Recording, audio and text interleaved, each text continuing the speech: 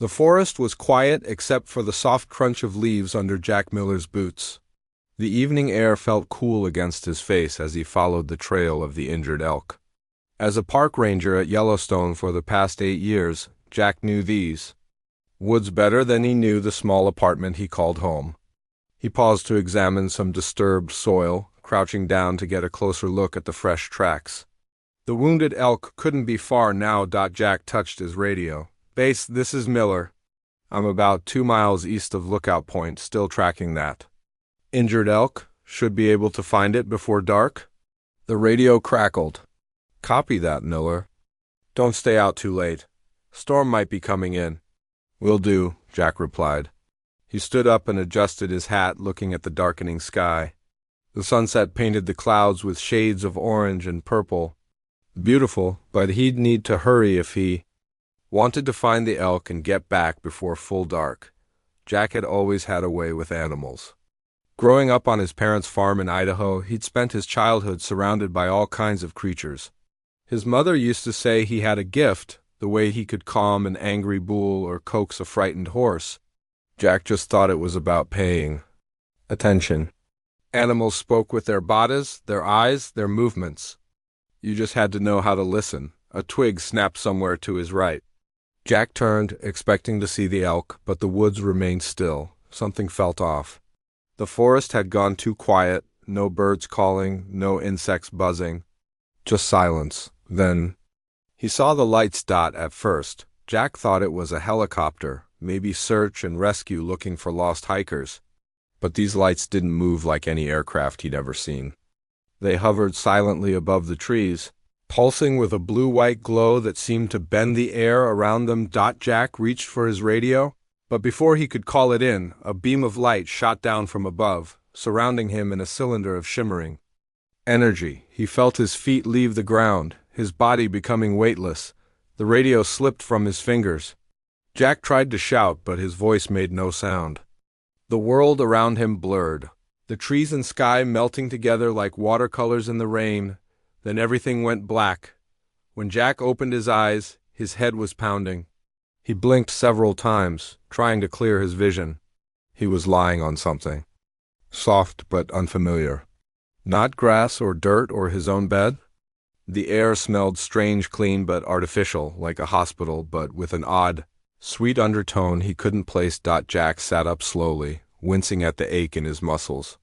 It took a moment for his eyes to focus, but when they did, his breath caught. In his throat, he was in some kind of enclosure. The walls around him were transparent, like glass, but somehow different. They seemed to shimmer slightly when he moved his head. The floor beneath him was covered in a material that looked like earth, but felt too perfect, too uniform. Several trees grew from this fake soil, along with patches of grass and a small pool of water. It was like someone had tried to recreate a piece of forest, but had never actually seen one. Getting all the details slightly wrong. Beyond his enclosure, Jack could see other habitats stretching out in all directions. Some contained landscapes that looked vaguely like earth deserts, jungles, rocky plains. Others held environments he couldn't begin to describe, with strange colored vegetation and odd atmospheric conditions, and there were creatures. So many creatures. In the habitat next to his, something that looked like a cross between a wolf and a lizard paced back and forth. Its 6 legs moved in a rolling pattern, and its scaled hide shimmered with iridescent patches when it passed through the light. Beyond that, Jack saw a massive creature floating in a tank of thick liquid, its body pulsing with internal lights like a deep-sea fish. "This can't be happening," Jack whispered, his voice sounding strange in his ears. He walked to the transparent wall and placed his hand against it. It felt warm and vibrated slightly under his touch. When he pushed harder, the material didn't give at all. He was trapped. Jack wasn't sure how long he stood there, trying to process what he was seeing. It could have been minutes or hours. Time felt strange here, with no sun or moon to mark its passing.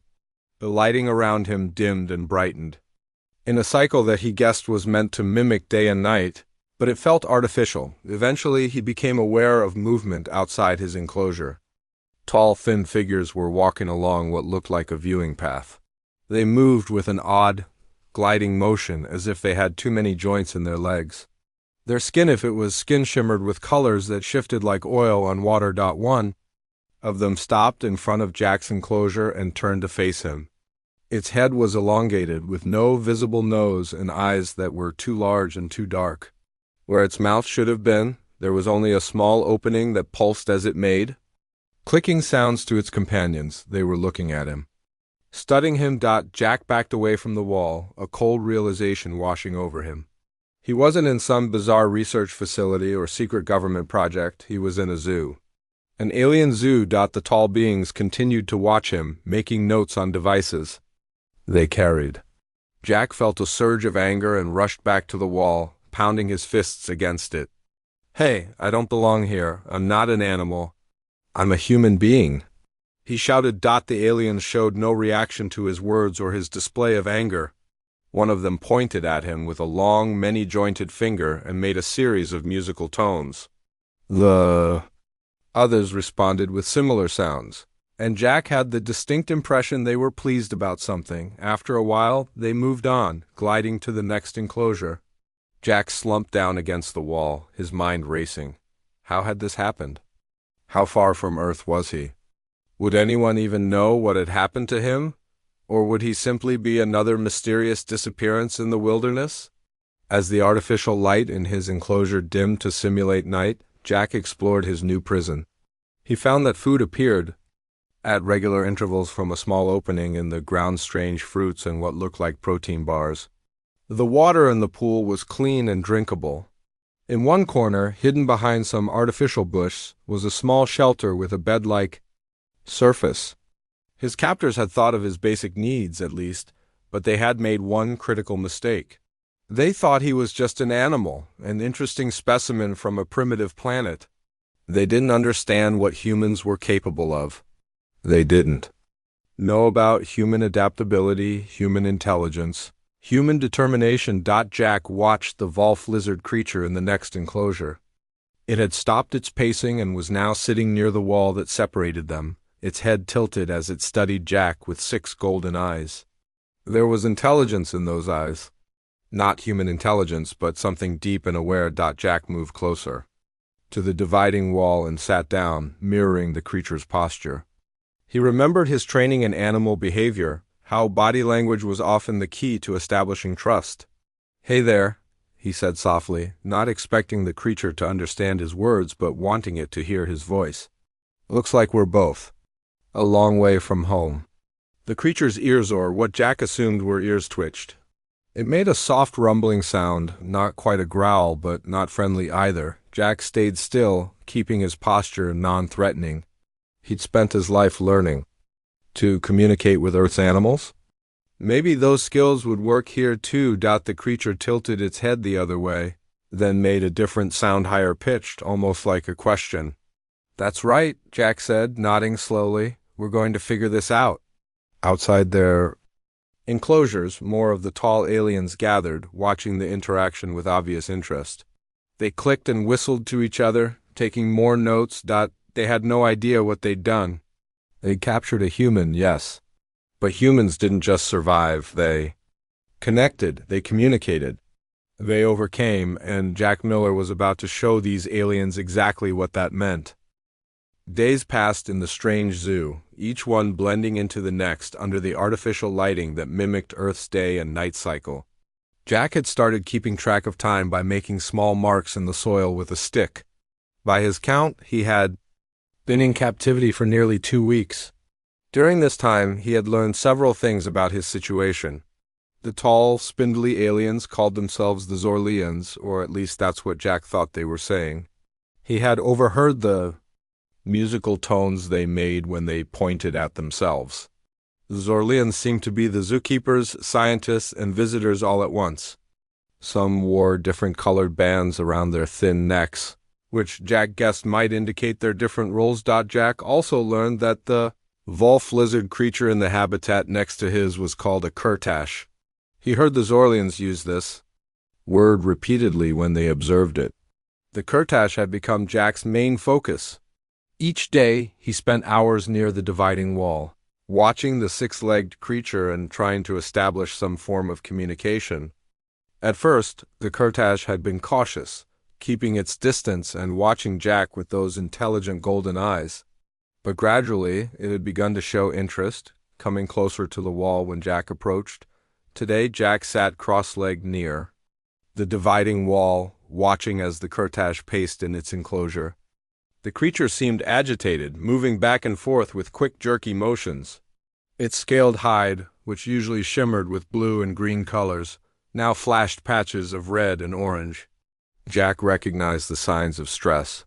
He had seen similar behavior in wolves and mountain lions when they felt trapped or threatened. "Having a rough day, huh?" Jack said softly. He had taken to talking to the Kurtash, not because he expected it to understand his words, but because it seemed to respond to the sound of his voice.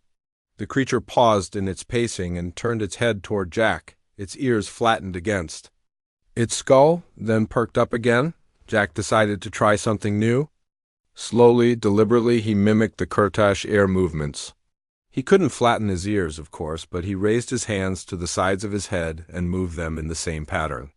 The Kurtash tilted its head, six golden eyes blinking, in what Jack interpreted as surprise.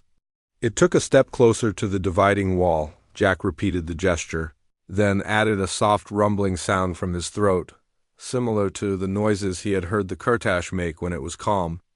The creature's hide rippled, the red and orange patches fading slightly as blue began to return. It made a similar rumbling sound in response, then raised one of its front paws and pressed it against the dividing wall. Jack felt a surge of excitement. This was communication, primitive but real. He moved closer and placed his hand against the wall, opposite the Kurtash's paw. The creature made another sound, higher pitched this time, almost like a question. Jack tried to mimic it, not perfectly, but close enough. The Kurtash's hide now pulsed with bright blue patterns. It made the sound again, then added a different one, a series of clicks followed by a low hum. "Are we having a conversation?" Jack whispered, more to himself than to the creature. "I think we'll call you Scout. You seem like a scout to me." The newly named Scout repeated the series of clicks and hums, then added a new sound, a sort of warbling trill.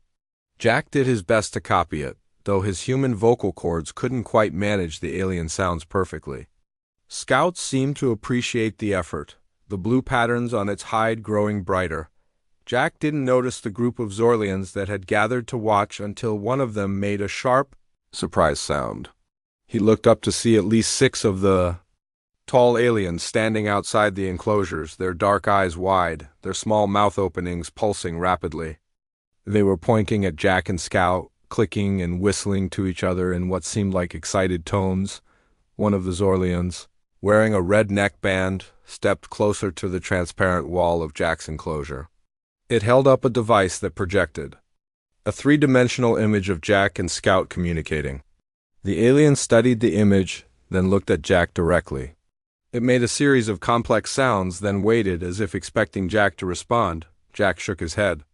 "I don't understand you," he said clearly. "But I think you're surprised that I can talk to Scout here, aren't you?" The Zorlian tilted its elongated head, then spoke again, this time more slowly. Jack still couldn't understand the words, but he got the impression that the alien was trying to figure out how he was communicating with Scout. The Zorlian pointed to its own head, then to Jack's, then made a sweeping gesture towards Scout.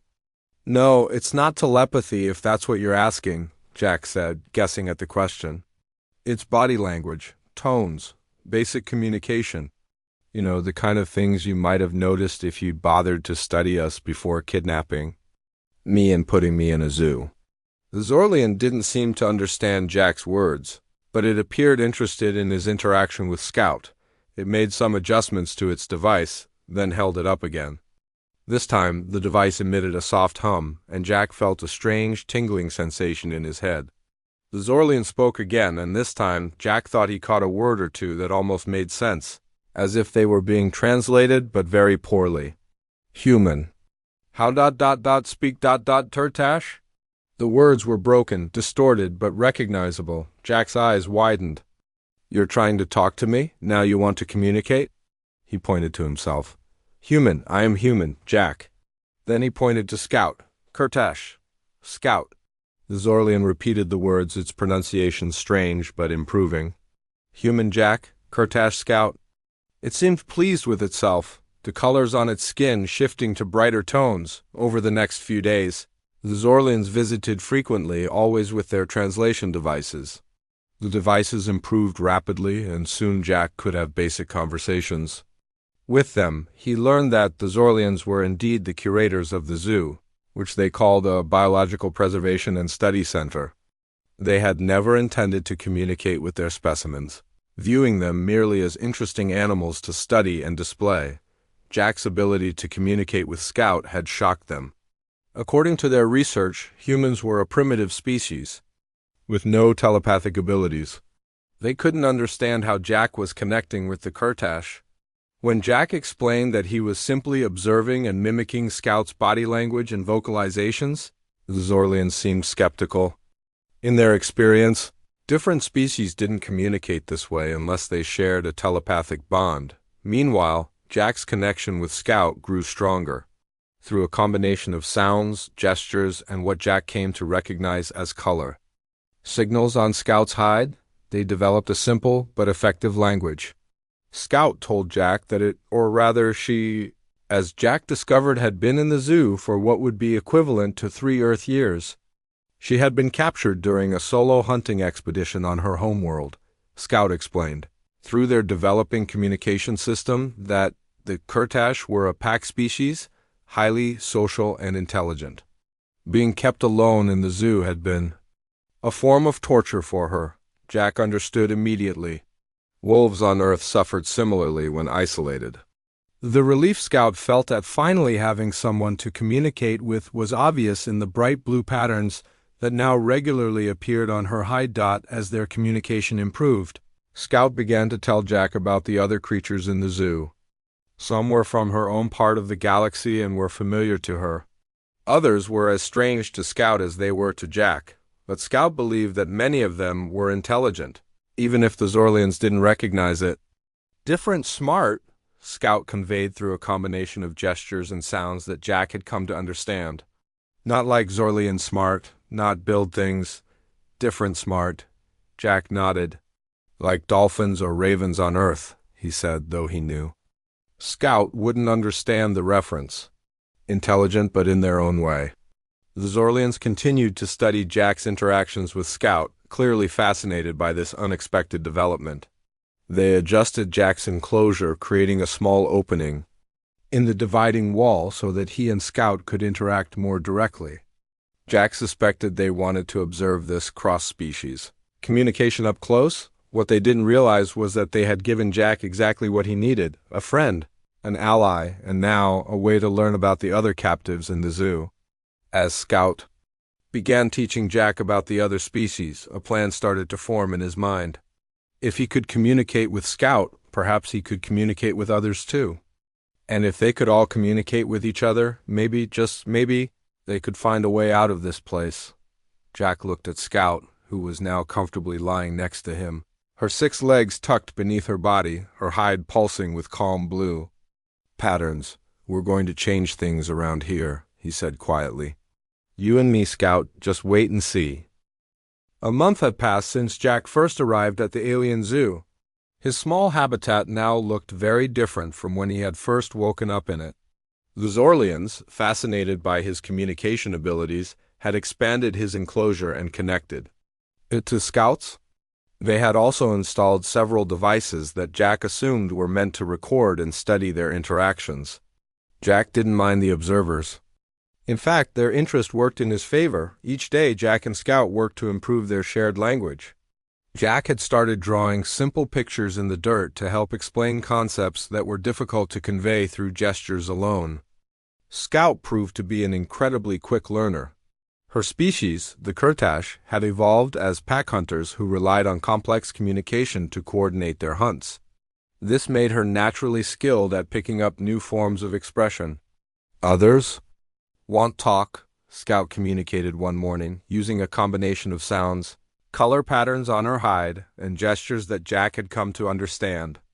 She pointed with one of her front paws toward the habitat next to hers, where a creature Jack had never seen before floated in a tank of pale blue liquid. The being resembled a large jellyfish, with a translucent body that pulsed with internal lights. Thin tentacles waved slowly beneath its bell-shaped form. Jack had noticed it watching them for several days but hadn't known how to approach it. "What is it called?" Jack asked Scout using their shared communication system. "Vex," Scout replied, making a bubbling sound that Jack could never quite reproduce correctly. "Vex speak with lights." Jack studied the creature more carefully. Indeed, the lights within its body seemed to flash in patterns, not randomly. He approached the wall separating their habitats and waved slowly. The jellyfish-like being drifted closer to the wall, its internal lights pulsing more rapidly. "How do I say hello?" Jack asked Scout. Scout's hide flickered with blue and green patterns in a specific sequence. Jack watched carefully, then turned to face Vex. He had no lights in his body, of course, but he had found a small reflective piece of material in his habitat. He used it to catch the artificial sunlight and flash a pattern similar to what Scout had shown him. The effect was immediate. Vex's body lit up with bright pulses, the pattern changing rapidly. The creature moved closer to the wall, its tentacles spreading wide in what Jack somehow knew was excitement. "It works," Jack said to Scout, grinning. "Vex understands." Over the next few days, Jack and Scout worked together to establish basic communication with Vex. It was harder than communicating with Scout had been, but not impossible. They learned that Vex came from a water world with very little solid land. Its species lived in the deep oceans, using light patterns to communicate across vast distances in the dark waters. To the Zorlians, these light displays had seemed merely decorative, a biological curiosity. They had never considered them a language. Vex was not the only one who wanted to join their growing network. In a habitat across from theirs lived a small, tree-dwelling creature that Scout called Moro. Moro looked somewhat like a cross between a monkey and a squirrel, with large eyes and 6 nimble limbs that it used to swing through the artificial trees in its enclosure. According to Scout, Moro's species communicated primarily through the arrangement of objects. Jack observed Moro carefully. The creature had arranged small stones, twigs, and leaves in its habitat into patterns that changed daily. Jack realized it was trying to communicate. He gathered similar materials in his own habitat and arranged them in a pattern that mirrored Moro's. The little creature became very excited, chattering and leaping from branch to branch before rearranging its items into a new pattern. "It's like a written language," Jack explained to Scout, who watched with interest. "Symbols that represent ideas." As their communication network grew, Jack began to understand why the Zorlians had failed to recognize the intelligence of these species. They had been looking for familiar signs, tool use, verbal language, social structures that resembled their own, but intelligence came in many forms. Vex's species thought in patterns of light and current. Moro's people created meaning through the relationship between objects in space, different from humans or Zorlians, but no less complex. By the end of the second month, Jack had established basic communication with 4 different species in the zoo. Each connection made the next one easier as he learned to look for patterns and meaning in behaviors the Zorlians had dismissed as instinctive or random. Jack's habitat had become a hub of interspecies communication, with the Zorlians watching in growing amazement. One day, a new Zorlian arrived at the zoo. Unlike the others who wore colored bands around their necks, this one wore a more elaborate covering over its upper body. The other Zorlians treated it with obvious respect, suggesting to Jack that this might be someone important, perhaps a leader or a high-ranking scientist. The new Zorlian spent a long time observing Jack and his growing network of animal friends. It used a more advanced translation device than the ones Jack had seen before, and when it spoke, the translation was much clearer. "Human Jack," the Zorlian said, its voice coming through the device with only a slight mechanical edge. "I am Chief Curator Nala. Your abilities are remarkable. How did you learn to communicate with these species?" Jack considered his answer carefully. "I paid attention," he said simply. "On my world, I worked with animals. Different animals communicate." In different ways, you just have to learn how to listen. The chief curator's skin rippled with colors that Jack had come to recognize as indicating surprise or disbelief. But these are not animals from your world. How could you know their communication? Methods? Communication follows patterns, Jack explained. Body language, sounds, colors, movements. The specifics are different, but the basics are often similar across species. Excitement looks a certain way. Fear looks a certain way. You start with emotions build to concepts. The chief curator made a gesture that Jack didn't recognize, then spoke again. Our studies indicated that humans had no special telepathic or communication abilities. Your species was classified as intelligent but limited to your own kind. Jack laughed, a sound that always seemed to startle the Zorlians. We're not telepathic. We're observant, empathetic. We've evolved alongside thousands of other species on our planet. Understanding them helped us survive. This seemed to intrigue the chief curator. And you believe these specimens are truly communicating? Not merely responding to training? Jack felt a surge of anger at the dismissive way the Zorlian referred to his friends, but he kept his expression neutral. They're not just communicating. They're intelligent, sentient, each in their own way. Prove it, the chief curator said. This was the opportunity Jack had been waiting for. I'll need more access, he said. More freedom to move between habitats. And I'll need your word that if I prove these beings are sentient, you'll reconsider their captivity. The chief curator was silent for a long moment, its skin shifting through various color patterns as it considered. Finally, it made a gesture that Jack had learned meant agreement. If you can prove true sentience, we will reconsider our classification system. That is all I can promise. It was enough for now. Jack turned to Scout, who had been listening intently to the exchange. Tell the others, he said in their shared language. Tell them it's working. We're going to show the Zorlians who we really are. Scout's hide flashed with bright blue patterns of understanding. She moved to the wall facing Vex's habitat and began signaling with her color patterns. Vex, in turn, lit up with pulses that would be visible tomorrow, and the others dot the message spread through the zoo, passing from habitat to habitat, species to species. A message of hope, of unity, of a plan coming together. Jack watched with satisfaction. As the previously isolated creatures began to communicate with each other, not just through him but directly, the chief curator observed all of this with growing astonishment. What are they doing? It asked Jack. Jack smiled. They're talking, sharing ideas, just like people do. About what? Jack looked the alien directly in its large, dark eyes. Freedom, he said. They're talking about freedom. True to its word, the chief curator gave Jack more freedom to move between habitats. The Zorlians created a system of connected pathways that allowed Jack to visit several of the nearby enclosures. Each visit was closely monitored, of course, with Zorlian scientists recording every interaction. Jack didn't mind. The more they saw, the more likely they were to understand that these beings deserved respect, not captivity. Jack was in Morrow's habitat, sitting cross-legged on the ground, while the small, agile creature arranged twigs and leaves into complex patterns. They had been working together for hours, with Jack learning to read the symbolic language that Morrow's species used. It was fascinating, almost mathematical in its precision. Each arrangement represented not just an object or action, but entire concepts. This mean home, Morrow communicated, arranging several leaves in a spiral pattern with a small stone at the center. Jack had been teaching the tree dweller some basic human words, while Morrow taught Jack its language in return. Home, Jack repeated, nodding. He rearranged the item slightly. And this means family? Morrow made a chattering sound that Jack had come to recognize as approval. The little creature added a few more twigs to the arrangement, changing its meaning. Jack studied it carefully, trying to understand the new concept. Before he could guess, a sound caught his attention.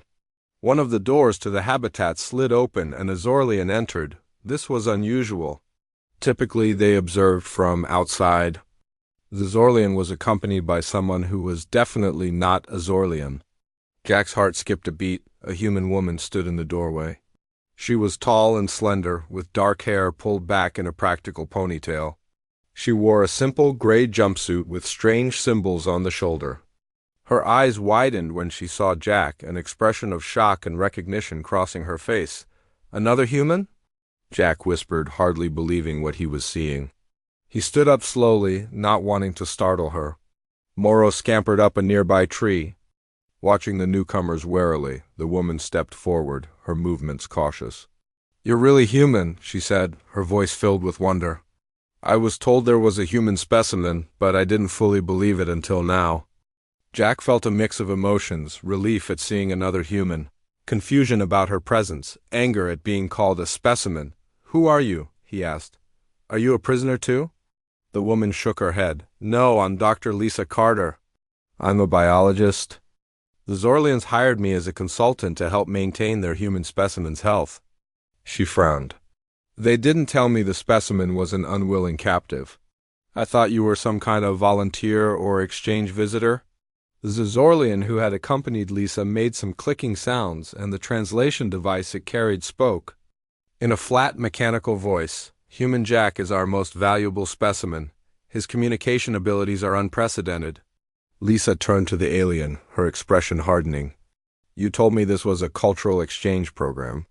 You said Earth had official relations with your government." The Zorlian's skin flickered with colors that Jack recognized as discomfort or evasion.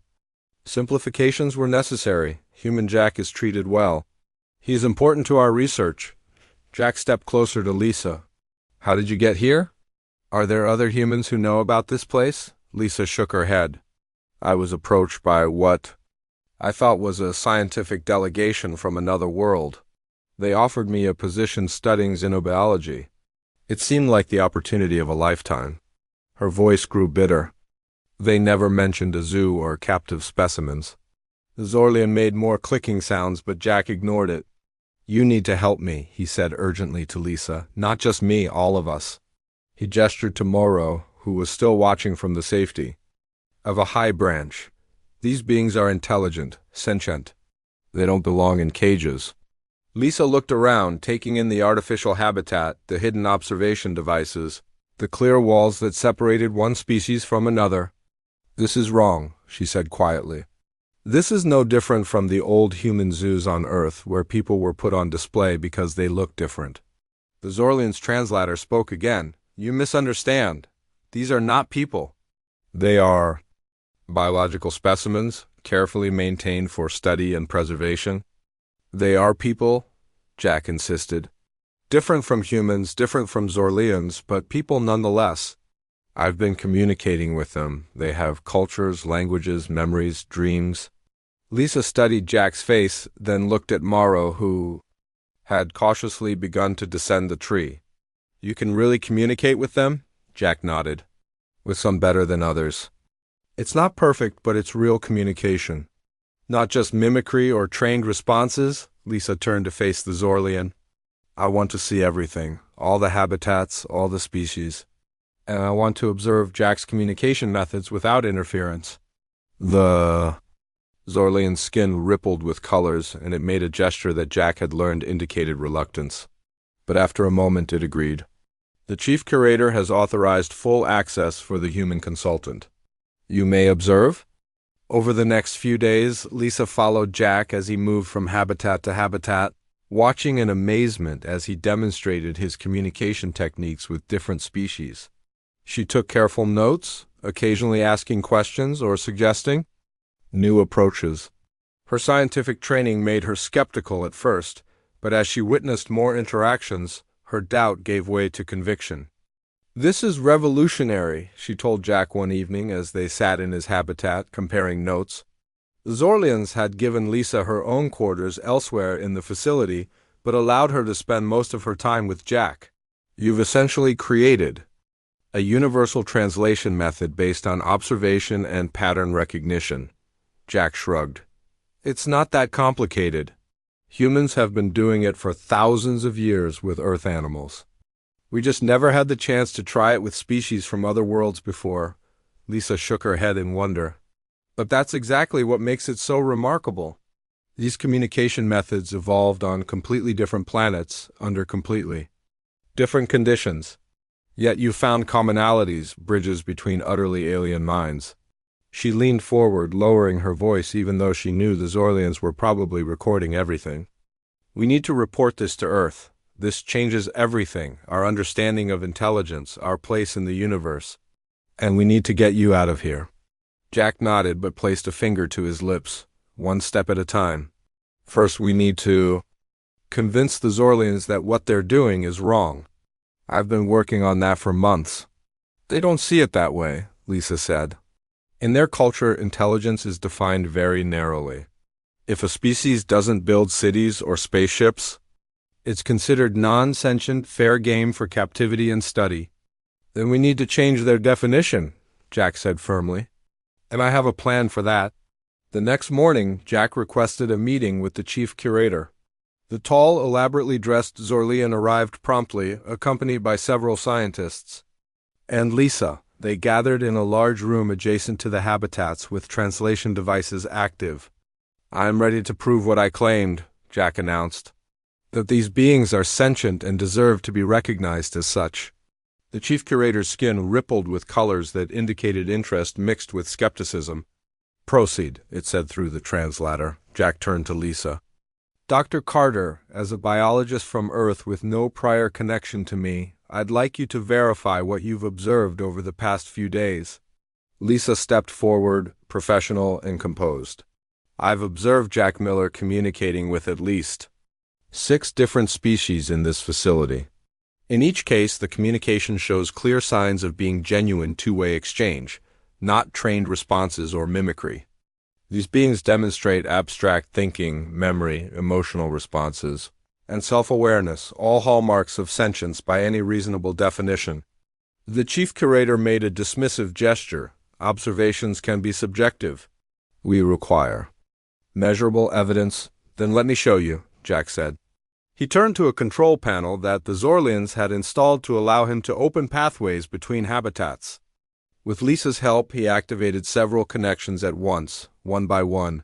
Representatives from different species entered the room: Scout, the Kurtash, Vex floating in a mobile water tank, Moro swinging from a portable climbing structure, and 3 others. Each positioned themselves around Jack in a semicircle. Watch, Jack said to the assembled Zorlians. He began a complex series of gestures, sounds, and movements. Scout responded with color patterns on her hide. Vex pulsed with internal lights. Morrow arranged small objects on the floor. The others contributed their own forms of communication. Together, they created a symphony of interspecies dialogue that flowed around the room. The Zorlians watched in stunned silence as the conversation continued, clearly following a logical pattern, with each being responding to what came before. It was impossible to deny that genuine communication was happening. What are they saying? The chief curator finally asked. Jack smiled.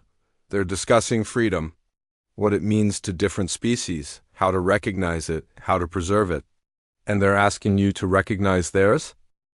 The room fell silent after Jack's demonstration. The chief curator's skin had shifted to a deep purple color that Jack had never seen before. The other Zorlians were making soft clicking sounds to each other, their translator devices turned off, as they discussed among themselves. Jack waited patiently, standing beside his friends from the zoo. Lisa moved closer to him, her face showing both hope and worry. Finally, the chief curator turned its translation device back on. This is unexpected, it said, the mechanical voice unable to convey the complex emotions visible in the aliens' color patterns. Our understanding of sentience may require revision. Not may, Jack said firmly. These beings are feeling individuals. They have been wrongly imprisoned. The chief curator made a gesture that Jack had learned meant something like patience or not so fast. Our scientific protocols require verification by independent experts. I will summon representatives from the Galactic Council to observe.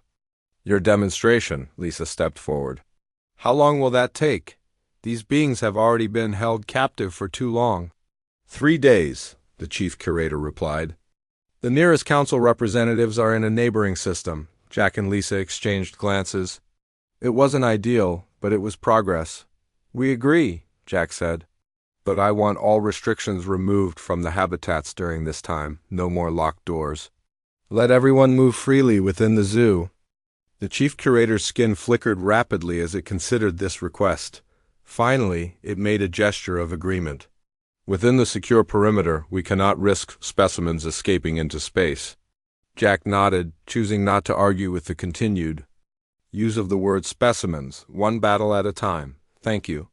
The next 3 days were unlike anything the zoo had ever seen. The Zorlians, still cautious but now curious, removed the barriers between compatible habitats. Species that had been isolated for years could now interact. Jack and his friends moved throughout the facility, helping to establish communication between groups that had never had contact before. It was not always easy. Some species were naturally wary of others. Some had competing needs, different atmospheric requirements, different gravity preferences, but they found ways to work around these challenges. Vex, the jellyfish-like being, could communicate with aquatic species that Jack couldn't approach. Moro could reach areas high above the ground. Scout could speak with predator species that might have been frightened of Jack. Lisa worked tirelessly alongside Jack, documenting everything. Her scientific training proved invaluable as she helped create a more systematic approach to interspecies communication. Together, they developed a basic set of gestures, sounds, and symbols that could be adapted for use across different species. The beginnings of a universal language. The Zorlians watched all of this with growing amazement. Many of them had worked at the zoo for years, seeing the captives as nothing more than interesting specimens.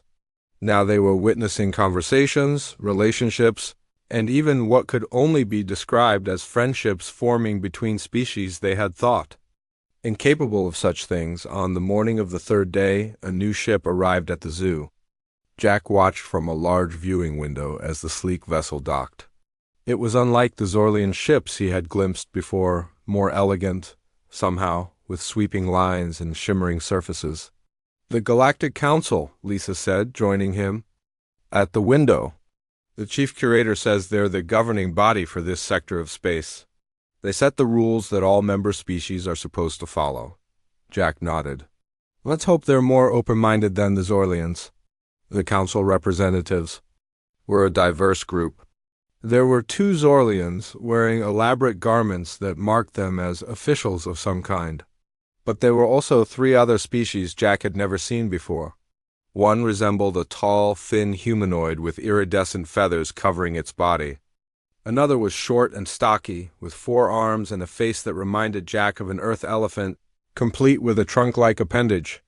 The third floated above the ground in a hovering chair, its body hidden beneath flowing robes, only its large, multifaceted eyes visible. The chief curator greeted them with formal gestures, then led them to the large central room where Jack had given his previous demonstration.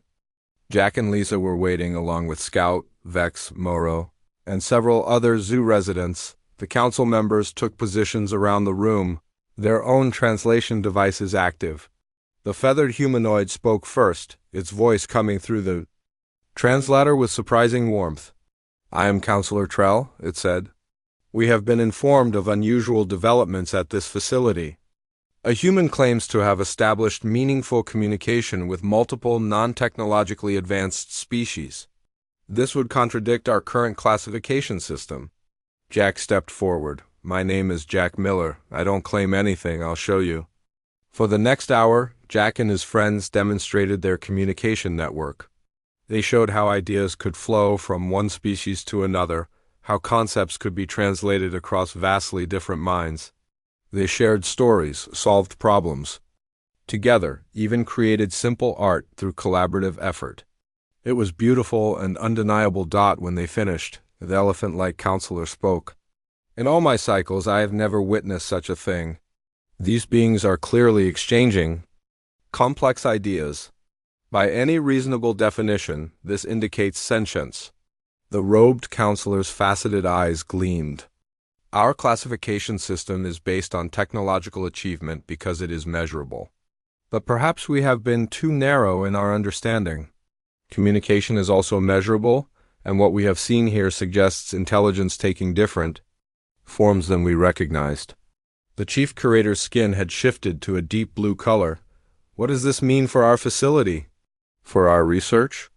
Counselor Trell made a gesture that somehow conveyed both firmness and compassion. This facility can no longer function as a zoo for sentient beings. That violates our most basic principles once sentience is established. Jack felt a surge of hope.